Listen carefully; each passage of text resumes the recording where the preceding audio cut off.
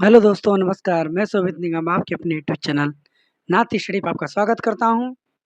और हम आज पुनः एक बार हिंदी के 50 प्रश्न आपको जो सॉल्व कराने वाले हैं, जो आपके किसी भी एग्जाम में बहुत ही महत्वपूर्ण और बहुत ही उपयोगी, बहुत ही लाभदायक होगा।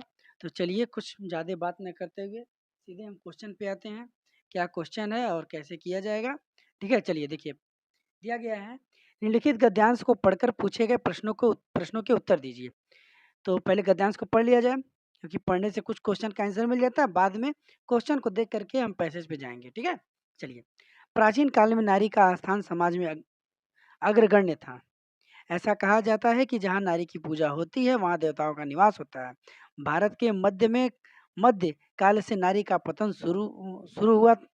मध्यकाल के अंत तक तो नारी दासी या गुलाम बन गई, चार दीवारी में कैद हो गई। किंतु 19वीं शताब्दी में राजा राम मोहन राय, स्वामी विवेकानंद, दयानंद सरस्वती आदि समाज सुधारकों ने नारी जगत की काया पलट दी। नारी उत्थान की ओर बढ़ती गई। आज आधुनिक नारी ने जमीन से लेकर आसमान तक अपना कब्जा जमाया। नारी तू नारायणी उक्ति को सिद्ध कर दिया। वास्तव में देखा जाए तो नर और नारी एक रथ के दो पहिए हैं। रथ को सुयोग ढंग से चलाने के लिए दोनों का संतुलन चाहिए। शिक्षित नारी परिवार की उद्धारक है। प्रत्येक घर में नारी का सम्मान होना चाहिए। समाज में प्रचलित कुप्रथाओं से लड़ना अनिवार्य है। नारी से अपना जो स्थान प्राप्त किया उसे मजबूत बनाने के लिए नर और नारी दोनों तत्पर रहना चाहिए। दोनों को तत्पर रहना चाहिए। ठीक है, समझ में पैसे समझने से ये पता चल रहा है कि नारी के बारे में बात की गई है। ठीक है, नारी के बारे में, नारी के उत्थान के बारे में बात की गई है। ठीक है, तो चलते क्वेश्चन पे चलते हैं। क्वेश्चन पहला दिया गया है, प्राचीन काल में नारी का स्थान क्या था? तो प्राचीन काल में नारी का स्थान दिया गया है, प्राचीन काल में नारी दासी थी। गलत, ये नहीं कहा गया ऑप्शन में। प्राचीन काल में नारी का स्थान अग्रगण्य था। ये बात पहले ही लाइन में कह दिया गया है आपको, इसीलिए क्वेश्चन को पहले पैसेज को पढ़ लिया था। प्राचीन काल में नारी का स्थान समाज में अग्रगण्य था, और ये बात पहले ही लाइन में की गई है। राइट आंसर बी होगा इसका। आगे हमें सोचने की जरूरत है, इसका राइट आंसर क्या हो जाएगा? 20 का राइट आंसर हो जाएगा। ठीक है, चलिए अगले क्वेश्चन पे आते हैं। दिया है, नारी तू नारायणी की सही व्याख्या क्या है? नारी तू नारायणी की सही व्याख्या क्या है? तो कह रहा नारी नारायणी की तरह पूजनीय है। नारी को कोई अधिकार नहीं है, नारी गुलाम नहीं थी, नारी के मान सम्मान में कमी होना। देखिए, नारी तू नारायणी ये कैसे सिद्ध होता है? यानी कि नारी पूजनीय रहेगी तभी तो। और जो अन्य ऑप्शन दिया गया है, ये तो एकदम मैच ही नहीं कर रहा है पैसेज के अनुसार। तो हम पैसेज न देख करके सीधे आंसर बता सकते हैं इसका। तो पैसेज पहले पढ़ने से यही फायदा होता है। देखिए, पहले से ही इसका आंसर क्लियर है कि नारी नारायणी की तरह पूजनीय है। अगला दिया गया, नारी कोई अधिकार नहीं है। अधिकार की बात ही नहीं कहा गया इसमें।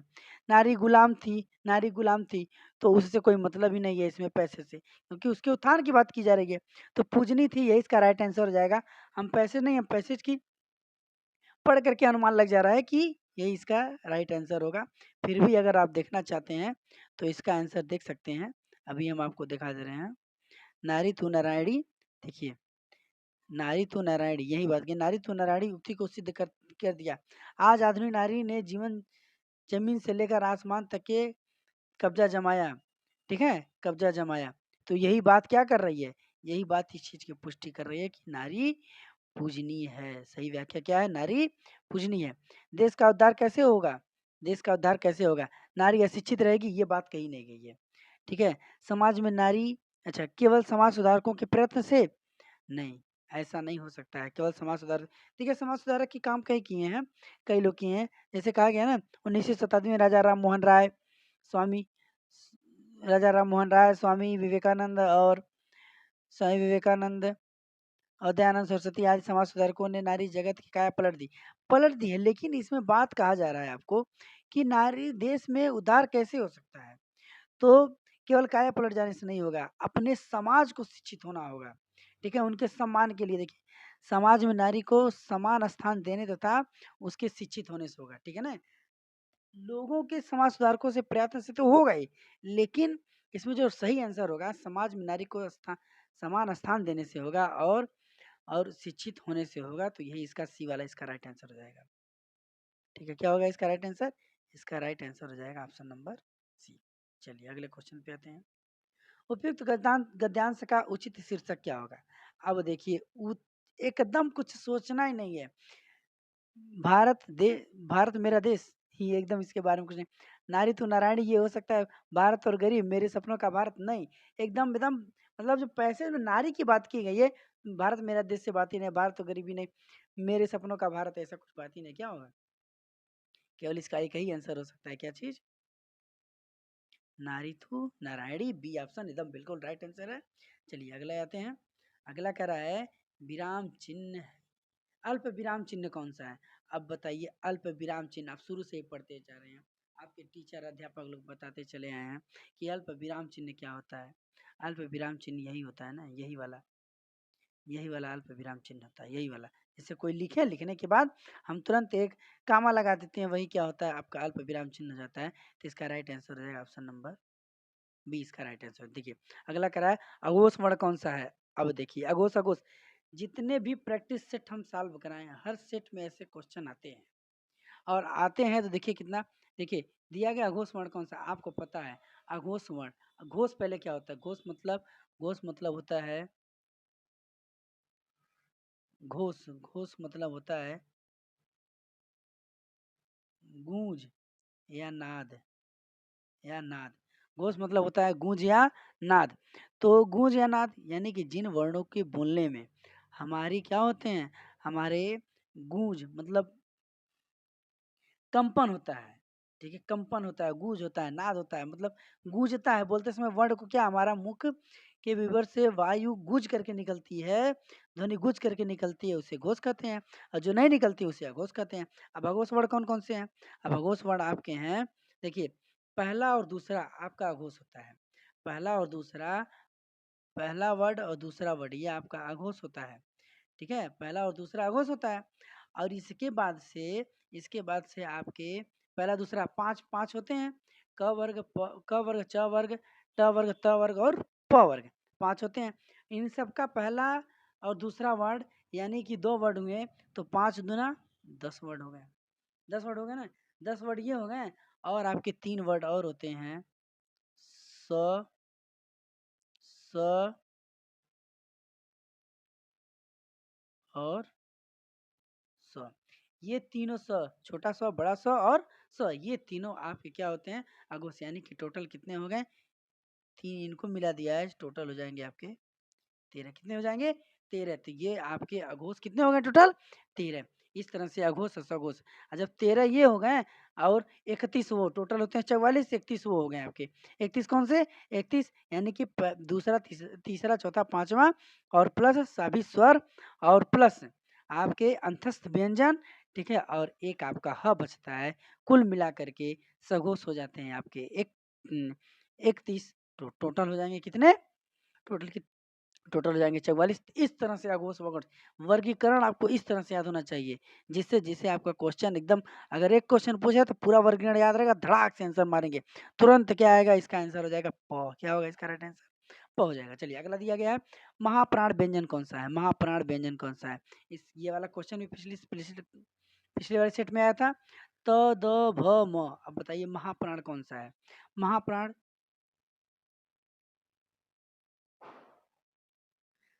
दूसरा और चौथा, यानी कि जिनको बोलने में हमारे मुख विवर से अधिक ध्वनियां निकलती हैं, उसे क्या कहते हैं? महाप्राण कहते हैं। और जिससे कम निकलती हैं उन्हें क्या कहते हैं? अल्पप्राण कहते हैं। तो महाप्राण दो और चार कौन से होते हैं? दो और चार, दो और चार क्या होते हैं? महाप्राण। तो आप पढ़ लीजिए। त पहला वर्ड है, द, त, थ, द तीसरा वर्ड है, एक तीन पाँच ये आपके अल्प प्राण है। एक तीन पाँच आप खुद बोल करके अनुभव कर सकते हैं। क ख ग घ अंग बोल सकते हैं, बोल करके देखिए, बोलने से ही पता चल जाता है। ठीक है, तो आपके जो महाप्राण होगा, महाप्राण ऑप्शन नंबर सी हो जाएगा, यही इसका राइट आंसर हो जाएगा। यानी कि प फ ब भ, ब क्या हो गया? महाप्राण। दूसरा और चौथा क्या होता है? महाप्राण होता है। चलिए आगे देखते हैं। भलाई में प्रत्यय है, भलाई। तो भलाई शब्द बना किससे है? पहले मूल शब्द क्या होगा? मूल धातु, मूल नाम क्या होगा इसका? भलाई का। तो भला होगा। और किससे मिलकर बना है? आई से। तो भलाई नहीं बोलते हैं, भलाई बोलते हैं। तो भलाई में क्या आएगा? लाई नहीं आएगा, क्या आएगा? मूल धातु क्या है? मूल धातु आपका है भला। भला है मूल धातु। इसमें क्या जुड़ा है? आई जुड़ा गया है। आई जुड़ा है तो क्या हो गया? भलाई हो गया। भलाई में क्या जुड़ा है? आई जुड़ा, यानी कि राइट आंसर क्या हो जाएगा? बी वाला इसका राइट आंसर हो जाएगा। चलिए अगला क्वेश्चन देखिए।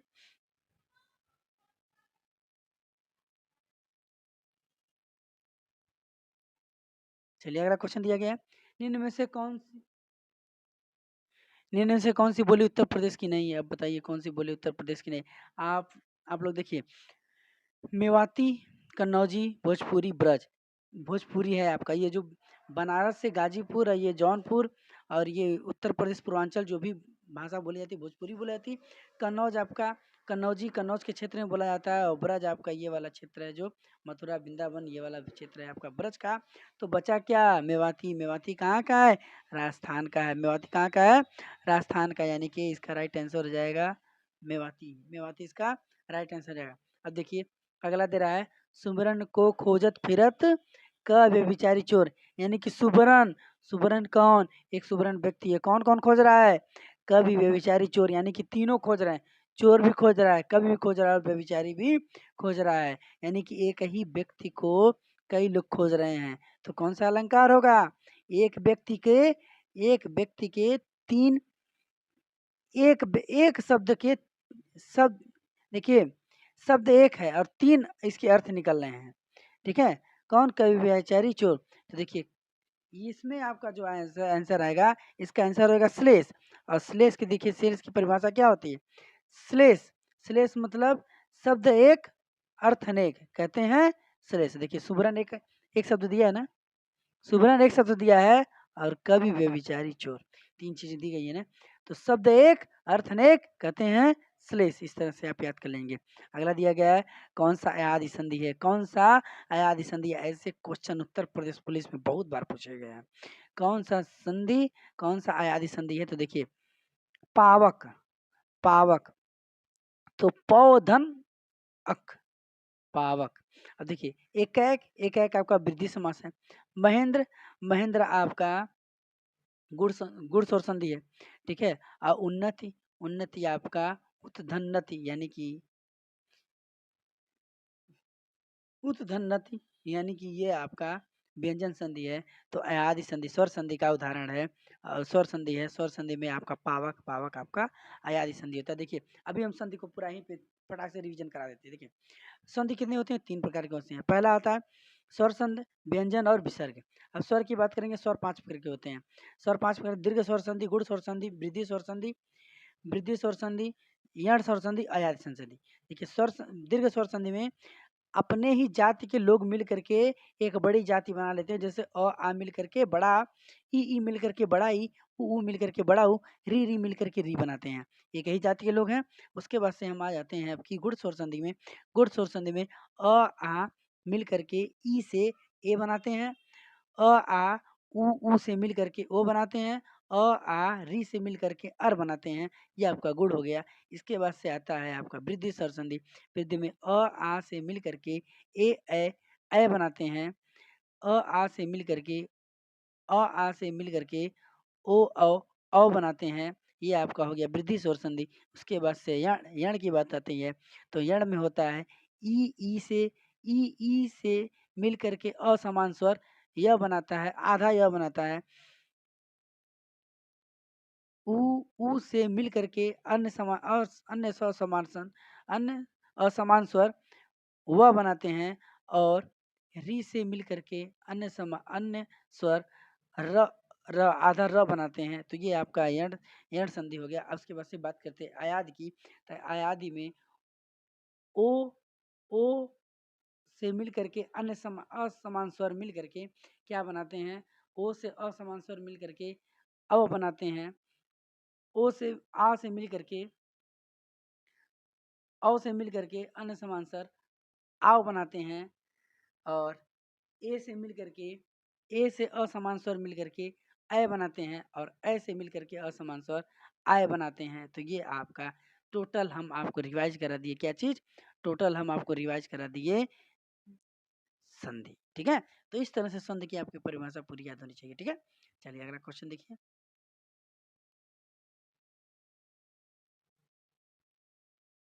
चलिए अगला दिया है,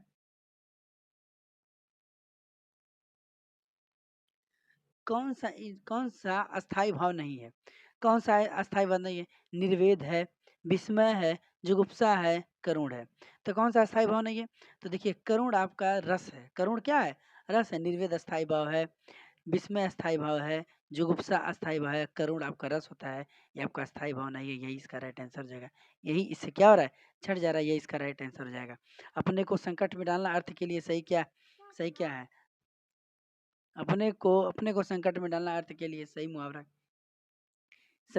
मुहावरा है। तो देखिए दिया गया है, बिल्ली के गले में घंटी बांधना, अपने को संकट में डालना, ठीक है? भैंस के आगे बीन बजाना नहीं, भैंस के आगे बीन बजाना मतलब होता है कि अनपढ़ के आगे अ, अपनी बात कहना, ठीक है? म मक्खियाँ मारना नहीं होगा, खाली बैठना ये मक्खी मारना होता है। भीगी बिल्ली बनना मतलब डर जाना, ये नहीं होगा, ठीक है? तो क्या होगा? बिल्ली के गले में घंटी बाँधना ही अपने संकट में डालना, यही इसका राइट आंसर होगा, ऑप्शन नंबर ए। ठीक है, अगला देखिए, अगला क्वेश्चन है,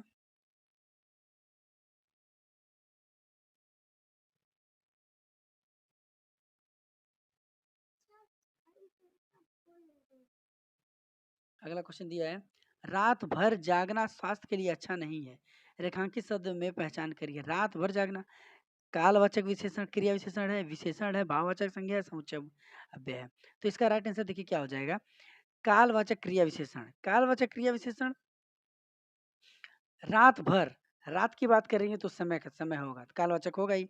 विशेषण नहीं है, भाववाचक नहीं है, समुच्चय अव्यय नहीं है, यानी कि इसका राइट आंसर हो जाएगा कालवाचक क्रिया विशेषण, यही इसका राइट आंसर है। चलिए अगला देखिए, उत से निर्मित शब्द है।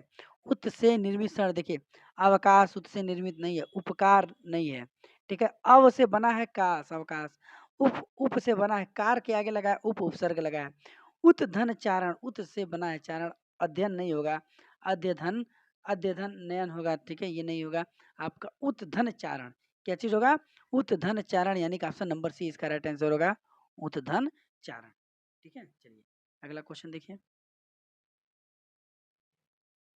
स्वर संधि, स्वर स्वर्ग का संधि विच्छेद, बहुत सही। क्या दिया है? स्वर्ग का संधि विच्छेद, ठीक है? देखिए स्वर्ग का संधि विच्छेद क्या होगा? अब स्वर्ग है ना, आप खुद अनुमान लगा सकते हैं, ऐसे क्वेश्चन को एकदम बहुत आसान से देखिए, सर धन गर नहीं होगा, पहला गलत, दूसरा गलत। तीसरा देखिए, सवर धन गर, ग नहीं होगा, एकदम बिल्कुल गलत है। स्वर्ग धन ये भी नहीं होगा, ऑप्शन नंबर ए, यही इसका राइट आंसर हो जाएगा। अब ऑप्शन नंबर ए है ना, तो आप एकदम क्लियर है, स्पष्ट है कि विसर्ग स्वर संधि है। क्या है? नहीं, विसर्ग है। क्या है? ये विसर्ग संधि है, ठीक है? चलिए अगला दिए, इनमें से कौन सा स्थूल का विलोम होता है? स्थूल का विलोम होता है स्थूल। नहीं, स्थूल का विलोम क्या होता है? सूक्ष्म होता है। स्थूल का सूक्ष्म होता है। चलिए अगला देखिए, जहाँ पर उपमेय में उपमान की संभावना की जाए, वो कौन सा अलंकार है? उपमेय में उपमान की संभावना की जाए। संभावना की जहाँ बात आएगी, जहाँ पे संभावना की बात आएगी, वहाँ पे कौन सा अलंकार होगा? वहाँ पे आपका होगा उत्प्रेक्षा अलंकार। क्या होगा? जहाँ उपमेय में उपमान की संभावना का बोध हो, वहाँ पे कौन सा होगा? उत्प्रेक्षा अलंकार होगा। जैसे कहा जाता है सीसा, ठीक है? ये होता है, ठीक है? जहाँ पर उपमेय में उपमान का भेद रहित आरोप हो, वहाँ पे रूपक होता है। तो इसका आंसर हो जाएगा उत्प्रेक्षा अलंकार। चलिए अगला देखिए, बहुत सही क्वेश्चन दिया गया है। चौपाई चौपाई छंद के प्रत्येक चरण में कितनी मात्राएँ होती हैं? तो 16-16 मात्राएँ होती हैं, एकदम रटा-रटाया क्वेश्चन है, एकदम बिल्कुल इसका राइट आंसर हो जाएगा सी। हमें यथाशक्ति प्रदान करना चाहिए, हमें यथाशक्ति प्रदान करना चाहिए। यथाशक्ति मतलब शक्ति के अनुसार, तो यथा दिया है, शक्ति के आगे यथा लगा है, बिना सोचे समझे अव्ययीभाव समास। क्या होगा? बिना सोचे समझे अव्ययीभाव समास। अब समास के बारे में बात जान लीजिए कुछ। देखिए समास किसे समास समास होते हैं 5 प्रकार के, 6 प्रकार के, कौन-कौन से? अव्ययीभाव समास होता है, द्विगु समास होता है, द्वंद्व समास होता है, तत्पुरुष होता है, कर्मधारय और बहुब्रीहि समास होता है, ठीक है? अगर कहा जाए पद की प्रधानता के आधार पर, तो पद की प्रधानता के आधार पर 4 भेद होते हैं। पहला पद प्रधान, दूसरा पद प्रधान, पहला पद प्रधान, दूसरा पद प्रधान और दोनों पद प्रधान, ठीक है। और एक होता है आपका कोई पद प्रधान नहीं। तो अगर पद की प्रधानता के आधार पर देखा जाए, पहला पद प्रधान में अव्ययभाव समास होता है, द्वितीय पद प्रधानता में द्विगु समास होगा, द्वंद्व समास होगा, तत्पुरुष द्विगु समास होगा, तत्पुरुष होगा, कर्मधारय होगा, ठीक है। और कहेगा दोनों पद प्रधान तो द्वंद्व समास होगा, और कहेगा कोई पद प्रधान नहीं तो बहुब्रीहि समास होगा, ठीक है। तो इस तरह से आपके समास के कितने भेद हो गए? समास के पद की प्रधानता के आधार पर 4 भेद होते हैं। कोई पूछा जाएगा समास के कितने भेद, तो समास के 6 भेद पूछेगा। पद की प्रधानता के आधार पे, तो पद की प्रधानता के आधार पर 4 भेद होते हैं। चलिए अगला देखिए, विसि विसिध किस शब्द का पर्यायवाची है? तो विसिध आपका किस शब्द का पर्यायवाची है? तो विसिध है आपका बाण का पर्यायवाची। किसका पर्यायवाची है?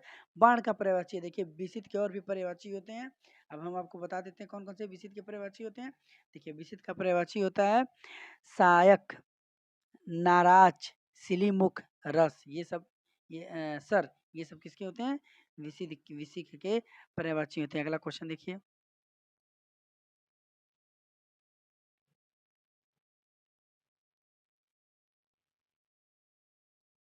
अगला क्वेश्चन दिया गया है, निम्नलिखित में से कौन सा शब्द सदैव बहुवचन में प्रयोग होता है? एकदम रटा-रटाया क्वेश्चन है, एग्जाम में आता है, बहुत बार आता है, आया गया है, ठीक है। लड़का, लड़का हमेशा सदा बहुवचन में कहाँ होता है? हम लड़के कर सकते हैं, ये बहुवचन में होगा।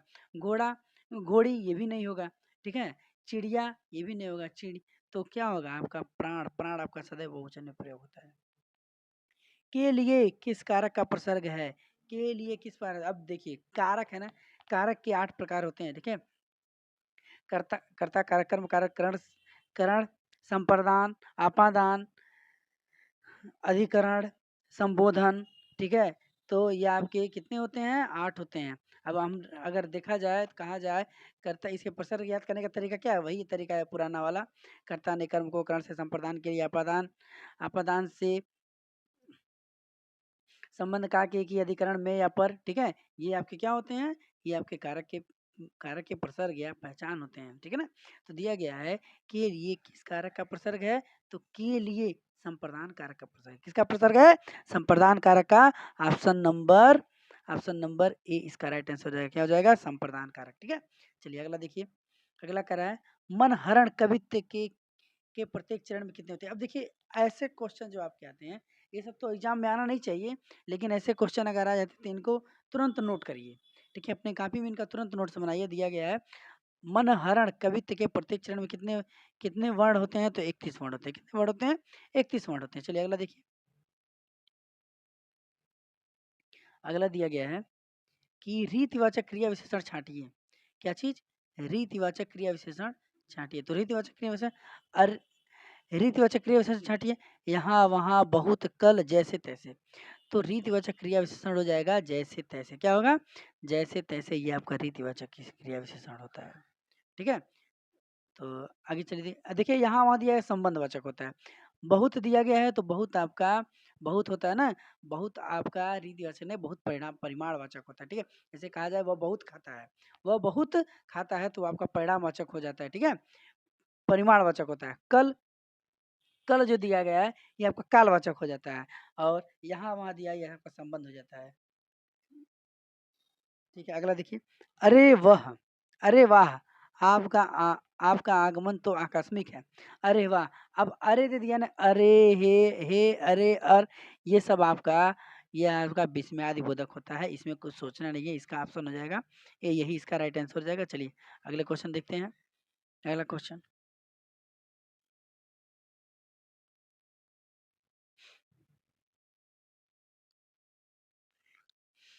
अपने सहारे पर रहने वाले के लिए क्या कहते हैं? अपने सहारे पर रहने वाले के लिए स्वावलंबी बोलते हैं। क्या बोलते हैं?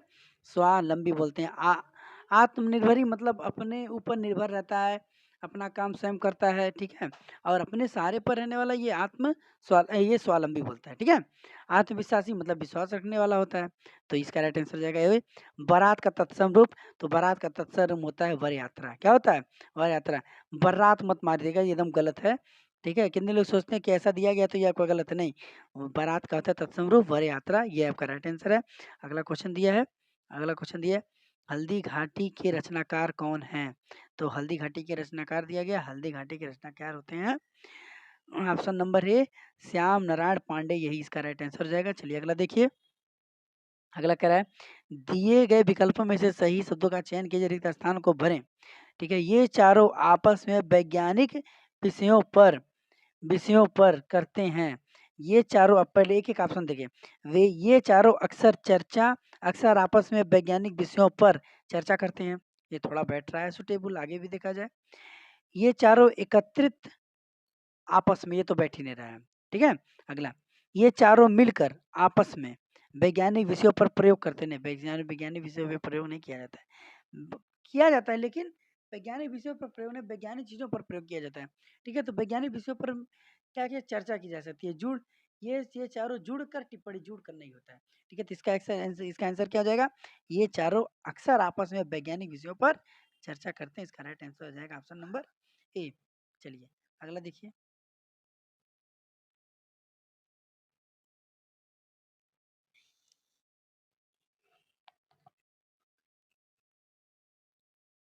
चलिए, अगला क्वेश्चन है, नीचे दिए गए वाक्यों में पहले और अंतिम भाग को क्रमशः 1 से 6 की संख्या दी गई है। इनके बीच के अंशों को 4 भागों में बाँटकर य, र, ल, व की संख्या दी गई है। ये चारों भाग उचित क्रम में नहीं है। इन चारों को उचित क्रम में लगाएँ ताकि सही व्या ऐसे क्वेश्चन एग्ज़ाम में आते हैं, ठीक है? ऐसे क्वेश्चन एग्ज़ाम में आते हैं। चलिए देख लिया जाए पहले। अब दिया गया है दिया गया है जिस प्रकार जिस प्रकार पहला दिया गया और आगे दिया गया है, दहकना है उसी प्रकार उसके स्वभाव का मनुष्य का धैर्य अग्नि का धर्म है। तो जिस प्रकार अग्नि का धर्म दहकना है, उसी प्रकार मनुष्य का धैर्य उसके स्वभाव का पर्याय होना चाहिए। ठीक है? यानी कि अगर देखा जाए तो जिस प्रकार अग्नि का धर्म, यानी कि पहला आएगा व। पहला क्या आएगा? व। अब देखिए किस ऑप्शन में दिया गया है। पहला आएगा व, सी और बी में दिया गया, पहला सी और बी में दिया गया है। तो जिस प्रकार अग्नि का धर्म है दहकना, यानी कि यह आना चाहिए। यह दोनों ऑप्शन में दिया गया है। देखिए देखते रहना है और ऑप्शन में मिलाना है। यह दोनों ऑप्शन में दिया गया है। ठीक है? उसी प्रकार मनुष्य का धैर्य, यानी कि अगला आएगा ल। ठीक है? ल, ल ऑप्शन नंबर सी में दिया गया, यही इसका राइट आंसर हो जाएगा। अब मिला लेते हैं। जिस प्रकार मन अग्नि का धर्म है दहकना, उसी प्रकार मनुष्य का धैर्य उसके स्वभाव का पर्याय होना चाहिए, यानी कि इसका राइट आंसर सी हो जाएगा। इसका राइट आंसर क्या होगा? इसका राइट आंसर हो जाएगा सी। ठीक है? सी इसका राइट आंसर हो जाएगा। ठीक है? चलिए अगला देखिए।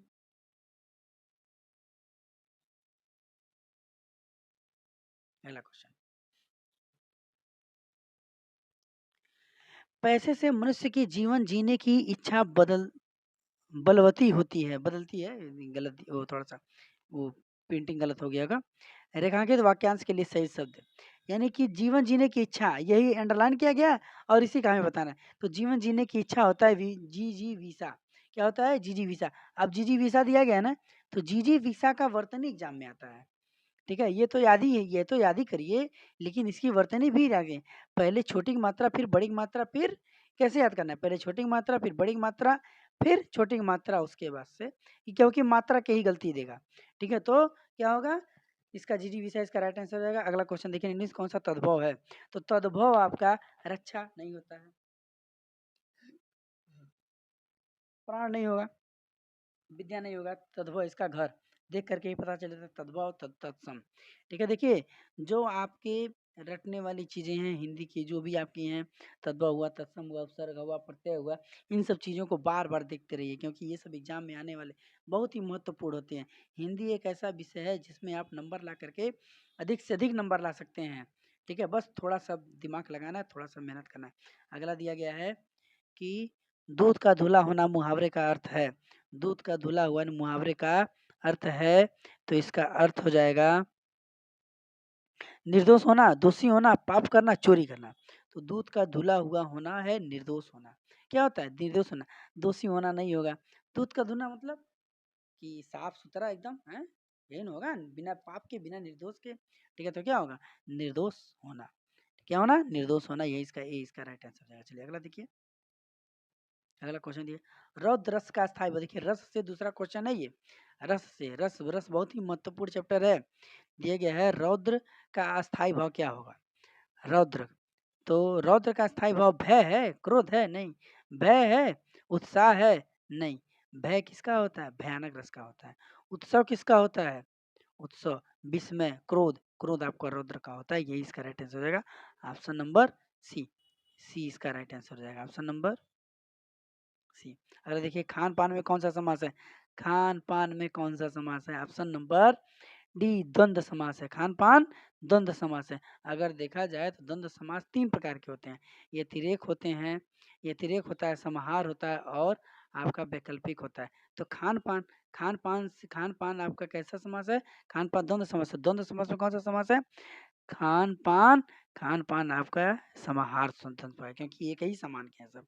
ठीक है, चलिए अगला देखिए। 37 नंबर दिया है, हिंदी हिंदी साहित्य की लब्ध प्रतिष्ठित कृति कामायनी के रचनाकार हैं। कामायनी के रचनाकार हैं। तो कामायनी के रचनाकार कौन है? कामायनी के रचनाकार हैं आपके जयशंकर प्रसाद। कौन है? जयशंकर प्रसाद। एग्जाम में बार बार पूछे जाने वाला प्रश्न है ये। ठीक है, दिमाग में रखिएगा, दिमाग में रखिएगा, ध्यान से पढ़िएगा, बार बार एग्जाम में आने वाला प्रश्न है ये। कामायनी के रचनाकार तो कौन है? जयशंकर प्रसाद। ठीक है, चलिए अगला क्वेश्चन देखिए। लेकिन जो मीन का समानार्थी, मीन का समानार्थी क्या है? मीन का समानार्थी होता है जस। मीन का समानार्थी क्या होता है? जस। इनमें से कौन सा मिश्रित वाक्य कौन सा है? एक बहुत ही सुंदर लड़की कहीं जा रही थी। नहीं, ये मिश्र वाक्य नहीं, ये साधारण वाक्य है। मेरा विचार है कि हिंदी एक साप्ताहिक पत्र निकालूं, मुझे वहां जाना, ये भी साधारण है। वह पुस्तक मोहन की थी, वह पुस्तक मोहन की थी, ये भी आपका साधारण वाक्य है। ठीक है, यानी कि बी इसका राइट आंसर हो जाएगा। मेरा विचार है कि, मेरा विचार है कि आ गया ना, कीवर्ड आ गया ना, कीवर्ड आ गया शब्द का, कि जहाँ पे आ जाएगा वो कौन सा होगा? वो आपका मिश्र वाक्य होगा। ऑप्शन नंबर बी इसका राइट आंसर हो जाएगा। चलिए अगला देखिए। श्रुति सम शब्द युग्म की भिन्न अर्थ वाली सही जोड़ा बताइए। ठीक है, भिन्न अर्थ, कुल कुल, कुल कुल, रात्रि निशा, अभिलाषा इच्छा, किस्म रश्मि, किरण रश्मि। तो क्या देखिए क्या दिया गया? श्रुति सम भिन्नात्मक शब्द युग्म का सही सही अर्थ, सही जोड़ा। जो अर्थ की बात नहीं कर रहा, केवल जोड़े की, जो सही जोड़ा है ना, उसकी बात किया गया। अब देखिए जो दिया रहता है जोड़ा, इसका केवल मात्रा का अंतर रहता है। ऐसे क्वेश्चन में मात्रा का अंतर रहता है, या किसी शब्द का, छोटे शब्द का अंतर रहता है, अक्षर का अंतर रहता है। और इसमें कुल कुल तो मात्रा का अंतर है ना, इसमें यही इसका राइट आंसर हो जाएगा। क्या हो जाएगा? यही इसका राइट आंसर हो जाएगा। ऑप्शन नंबर ए, कुल कुल। ठीक है, चलिए देखिए, छोटा कुल लगा है, यानी कि कुल मतलब कुल सामान से, कुल वस्तु से, कुल लोग से हो गए। कुल बड़ा कुल लगा है, तो ये आपका कुल मतलब वंश होता है। ठीक है, उससे मतलब एक जाति विशेष से संबंधित है। चलिए अगला क्वेश्चन दिया गया है, निम्न में वर्तनी की दृष्टि से शुद्ध शब्द। अब वर्तनी की दृष्टि से शुद्ध शब्द ये बताना है आपको। तो वर्तनी की दृष्टि से अधिकार, अधिकार ये नहीं होगा। ठीक है, शुद्ध शब्द में निकाला। अनुसरण ये भी नहीं होता। अध्ययन ये बिल्कुल सही है, अध्ययन होता है, इसका सही अध्ययन ऐसे ही लिखा जाता है। ठीक है, सी इसका राइट आंसर हो जाएगा। वीर रस का अस्थायी भाव, देखिए रस का तीसरा क्वेश्चन, वीर रस का अस्थायी भाव। तो वीर रस का अस्थायी भाव क्या होता है? वीर रस का अस्थायी भाव होता है उत्साह, उत्साह इसका राइट आंसर हो जाएगा। चलिए अगला क्वेश्चन देखिए। देव प्रसन्न होकर मनुष्य को वर देते हैं, वाक्य में प्रयुक्त देव शब्द का बहुवचन। तो देव शब्द का देवगण, देवजन, देवलोक, देववृंद, नहीं। इसका राइट आंसर हो जाएगा देवगण, देवगण इसका राइट आंसर। आप लोग टीवी में, धारावाहिक में इन सब चीज़ों को सुनते होंगे। ठीक है, जब इन चीज़ों को सुनते हैं तो आपको पता होगा कि हमेशा देवगण की बात की जाती है। ठीक है, चलिए अगला क्वेश्चन।